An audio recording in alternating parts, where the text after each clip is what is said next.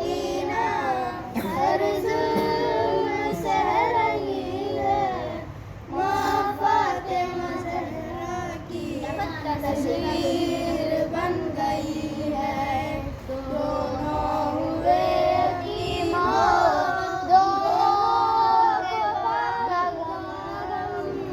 دونوں نے ظالموں سے چھپ کر دیا ہے ماتم، دونوں کے غم میں دنیا آنسو بہا رہی ہے، ماں فاطمہ زہرا کی تصویر بن گئی ہے، بابا تیری سکینہ ہر ظلم سہ رہی ہے، ماں فاطمہ زہرا کی تصویر بن گئی ہے، صدا سینے میں ہے نیزہ، گھوڑے سے گر رہا ہوں، بابا سنبھلنا، اکبر نے دی صدا سینے میں ہے نیزہ،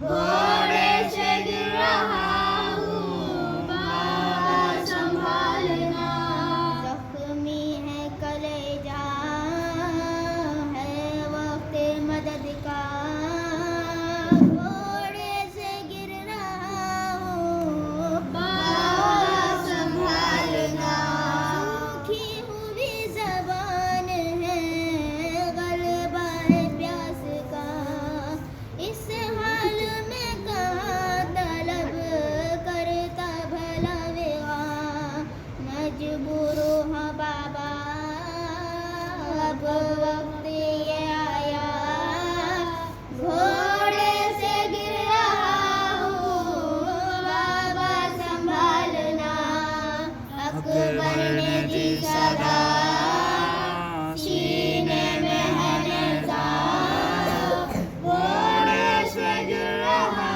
ہوں، بابا سنبھلنا، بابا یہ زخم آپ سے دیکھا نہ جائے گا، نیزہ نکالتے ہوئے منہ اپنا پھیرنا، ہے درد غضب کا دم ہونٹوں پہ آیا، گھوڑے سے گر رہا ہوں، بابا سنبھلنا، اکبر نے دی صدا سینے میں ہے نیزہ، گھوڑے سے گر رہا ہوں، بابا سنبھلنا،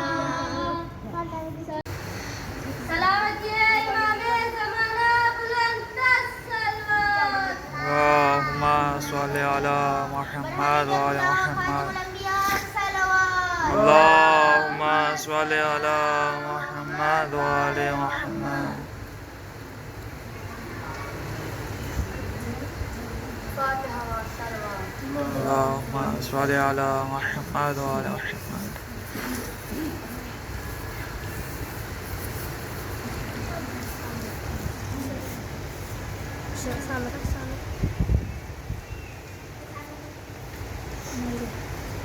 أعوذ بالله من الشيطان الرجيم،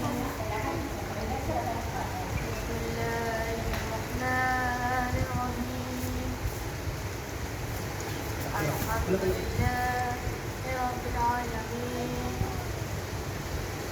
الصلاة والسلام على سيدنا ونبينا أبي القاسم محمد، اللهم صل على محمد وعلى محمد. وعلى الطيبين الطاهرين والمعصومين المظلومين المنتقمين الصابرين الشاكرين والآيات الصلاة المعصومين صلوات. اللهم صل على محمد وعلى محمد. عزیزان محترم، آج شہادت ہے، ایک گانا اور ایک نواسے کا، ایک نواسے جو امام حسن علیہ السلام اللهم صل على محمد وآل محمد. آج کی مجلس امام حسن کے بارے میں ہوگی. آج فضائل زیادہ نہیں, آج فضائل پڑھوں گا ان کے. سب سے پہلے جان لیجیے کون تھے حسن, جن کا دسترخوان اتنا مشہور تھا. کون ہے حسن؟ رسول اللہ نے فرمایا ہر لوگ 4 طریقے کے ہوتے ہیں. ایک کریم, ایک سخی, ایک بعید, ایک لئیم. لئیم یعنی وہ کھائے نہ کھائے دوسروں کو کھلانے نہیں دیتا. بعید یعنی خود کھا لیتا ہے, دوسروں کو نہیں دیتا. سخی یعنی خود بھی کھاتا ہے, دوسروں کو بھی کھلاتا ہے. کریم یعنی خود بعد میں کھاتا ہے یا پھر نہ کھائے پہلے دوسروں کو کھلاتا ہے. وہ کریم ہے ہمارے امام حسن علیہ السلام. اللهم صل على محمد وآل محمد. ایک بار امام حسن اور امام علی علیہ السلام کا گھر ایک تھوڑی نزدیک میں ہی تھا. ایک بھکاری آتا ہے. بھکاری آ کے سب سے پہلے امام علی کے پاس آتا ہے اور کہتا ہے مولا میں غریب ہوں, میں نے کئی دنوں سے کھانا نہیں کھایا, کچھ کھانے کو مل جائے. امام علی نے کہا اندر آ جاؤ, میں تمہیں کچھ کھانے کو دیتا ہوں. علی نے ایک ٹرے میں ایک پانی کا گلاس اور سوکھی روٹی لائی. غریب نے کہا مولا یہ کیا ہے, آپ مجھے سوکھی روٹی دے رہے ہیں, مجھے کچھ اچھا کھانا چاہیے, بھوک لگ رہی ہے, اس سے بھوک نہیں ہوتی. مولا علی نے کہا بازو میں ہی ایک دسترخوان ہے, وہاں پہ جاؤ, تمہیں اپنے پسند کے طرح طرح کے کھانے ملیں گے. وہ گیا. دسترخوان کے بعد دروازہ کھٹکھٹایا. مولا حسن آئے. کہا مولا حسن میں بہت غریب ہوں, میں کئی دنوں سے بھوکا ہوں, مجھے کچھ کھانا بھی دیجیے. مولا حسن نے کہا میرا مہمان بن جاؤ, ضرور کھلا دوں گا میں تمہیں. مہمان بن گیا. آئے. مولا حسن نے دسترخوان بچھایا, اس کے پسند کے طرح طرح کے کھانے رکھے. گوشت, مچھلی, مرغا, کئی طرح کے کھانے رکھے. اس نے ایک لفافے میں جو بھی سامنے سے تھوڑا تھوڑا لیتے رہا, لفافے میں رکھ دیا. کچھ بھی کھایا اور تھوڑا لفافے میں کھا لیا, لفافے میں رکھا. مولا حسن نے پوچھا اے فقیر, تم میرے مہمان ہو, کبھی بھی آ جاؤ, طرح طرح کے کھانے کھلاؤں گا. اگر چاہتے ہو تو تھوڑا لے کے بھی جاؤ, پر یہ کس کے لیے لے کے جا رہے ہو, اس میں کس کے لیے جا رہے ہو؟ اس نے کہا مولا یہاں پہ بھی یہ غریب رہتا ہے ایک گھر میں, وہ خود سوکھی روٹی لے کے پانی سے ڈبا کے کھاتا ہے. امام حسن نے پوچھا اس کی کوئی نشانی ہے, علامت ہے اس کی کوئی؟ تو غریب نے کہا اس غریب کے پاس سے ویسے ہی خوشبو آ رہی تھی جیسے آگ سے آ رہی تھی. اس غریب سے ایسے ہی خوشبو آ رہی ہے جیسے آگ سے آ رہی تھی. تو غریب نے پوچھا کون ہے وہ مولا, آپ کیا جانتے ہیں؟ مولا حسن نے کہا یہ جو دسترخوان آج تم نے کھایا ہے, آج جو کھا رہے ہو, وہ سب ان کی بدولت ہے. میرا تو صرف نام ہے, امام حسن کا دسترخوان, حسن کا دسترخوان, یہ سب تو میرا نام ہے. اس کے پیچھے جو پورا کریڈٹ ہے, پورا ان کی بدولت اس غریب کی وجہ سے ہے. وہ غریب نہیں. تو غریب پوچھتا ہے وہ کون ہے مولا, بتائیے.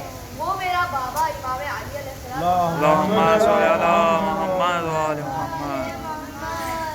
وہ میرا بابا علی ہے. یا علی یا علی یا علی.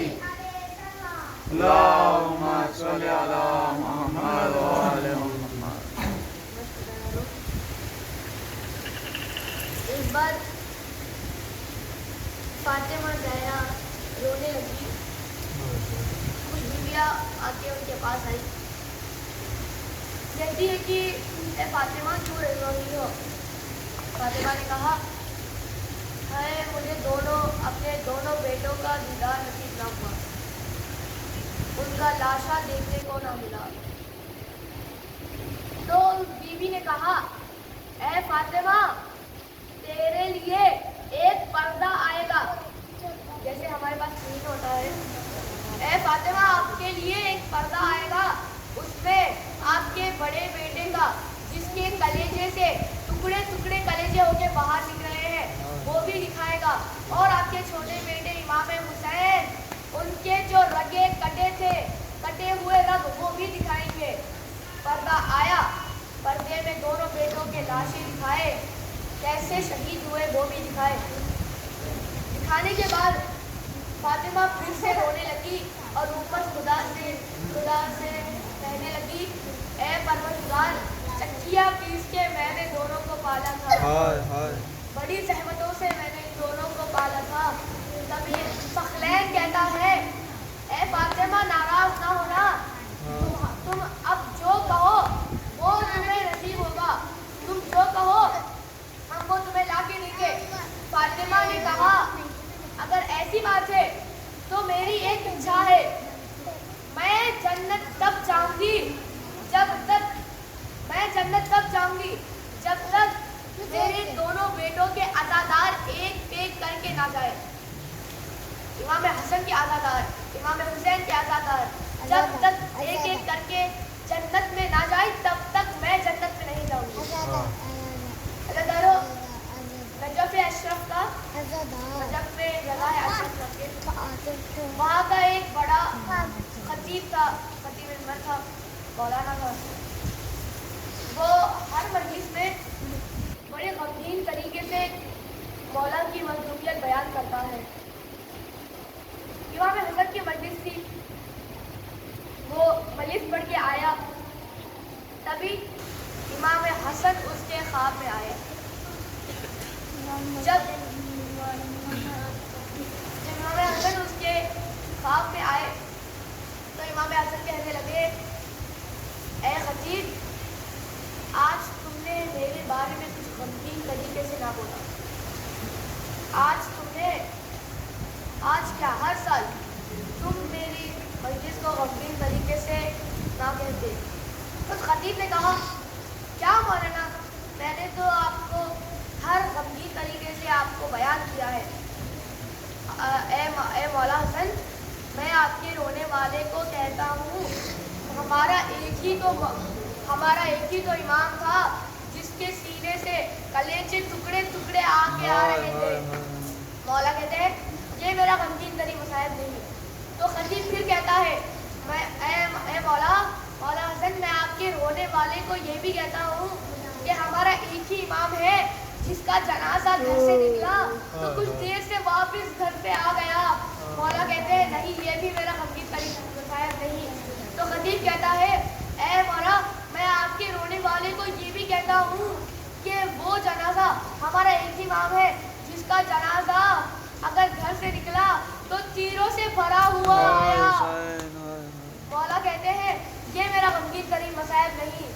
تو خطیب نے کہا اے مولا میں آپ کے رونے والے کو یہ بھی کہتا ہوں کہ ایک امام تھا جس کے پاس لعنتی ملونہ جودہ بنت اشد نام کی سودا تھی جس نے آپ کو 7 دفعہ زہر دیا. مولا کہتے ہیں یہ بھی میرا غمگین مصائب نہیں. تو خطیب کہتا ہے اب مولا آپ ہی کہہ دیجیے کیا ہے آپ کی غمگین مصائب. مولا کہتے ہیں کہ میں نے میری ماں کے اوپر جلتا ہوا دروازہ دیکھا ہے, میری ماں کے اوپر جلتا ہوا دروازہ گرا ہے. تو خطیب کہتا ہے اس میں آپ کے کیا غمگین ترین مصائب ہے. تو مولا کہتے ہیں ہاں میری ماں وہاں پہ چلتے ہوئے دروازوں کے اوپر گر گئی. میری غمگین ترین مصائب یہ میں بس کھڑا ہوا دیکھ رہا تھا, کچھ نہ کر سکا. بس ایک بار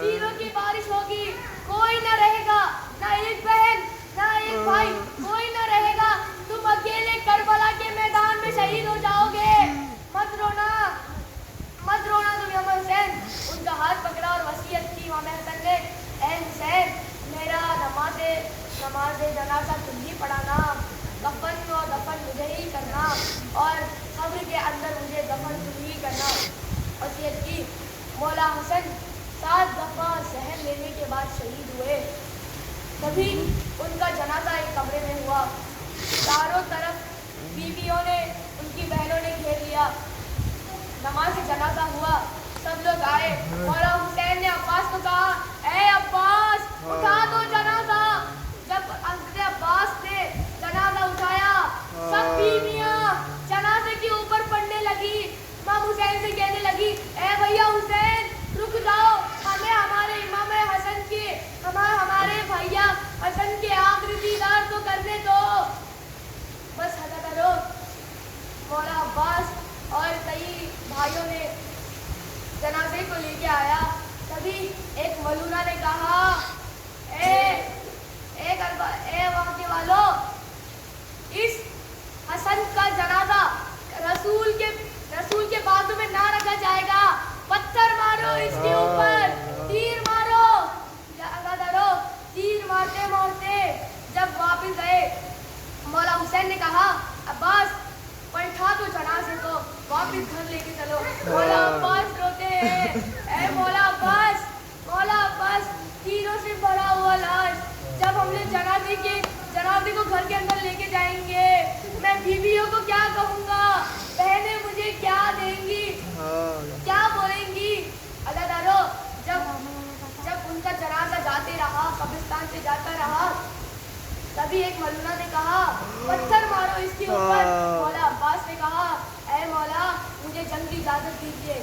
جنگ ایک لڑکی نہیں، اس ایک مولونا کے کہنے پر سارے گلی والوں نے پتھر مارا، لکڑیاں ماری، تیر مارا۔ مولا عباس نے کہا، اے مولا عباس مجھے جنگ کی اجازت دیجیے۔ ہائے میرا مظلوم عباس، ہائے عباسہ، ہائے مظلومہ، اسے خود کی شہادت کے اوپر جنگ نصیب نہ ہوا، مولا حسین کے اوپر جب حملہ ہوا تب بھی اس کو جنگ کی اجازت نہ دی۔ ہائے میرا عباس اب بھی اسے جنگ کی اجازت نہ دے رہے ہیں۔ ہائے میرا امام حسن ٹکڑے ٹکڑے جگر سے شہید ہو گیا، 14 فرار ہو گئی، اس نے 7 دفعہ میرے مولا کو زہر دیا۔ انا للہ و انا الیہ راجعون۔ میرے گئے ہوتے کھلے ہاتھ میرے، پھر زخموں کو ہاتھوں سے دھوتی، پابندِ رسم دربار رہنا، پابندِ رسم دربار رہنا، دیکھو بھیا چلی ہوں میں شاہ، شاہ ہائے شاہ، شاہ ہائے شاہ۔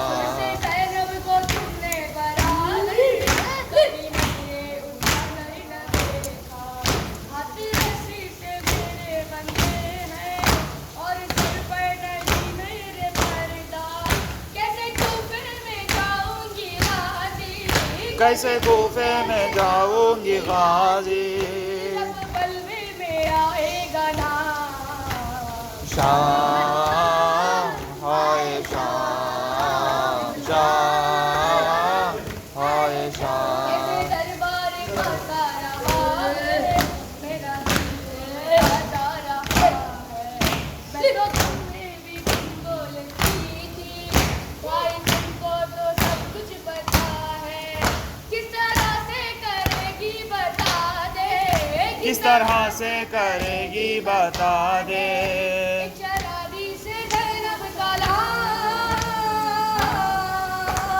شاہ ہائے شاہ۔ میری فرمات علی گڑھ آگ دل میں، تیرے نواز آگ دل کی بجھاؤں میں کیسے، آگ دل کی بجھاؤں میں کیسے، تیرا لاشا اٹھاؤں میں کیسے، اکبر میرا شہری والا اکبر، میرا شہری والا اکبر،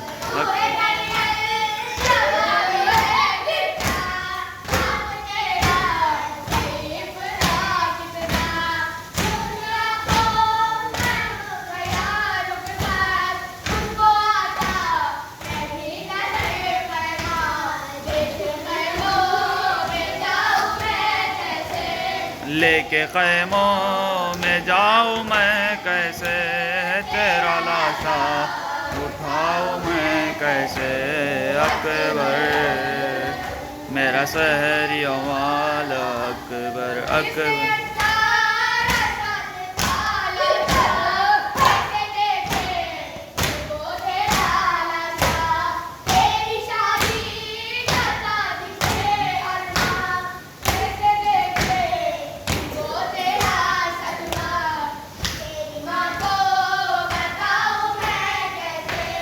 تیری ماں کو بتاؤں میں کیسے، تیرا لاشا اٹھاؤں میں کیسے اکبر، میرا شہری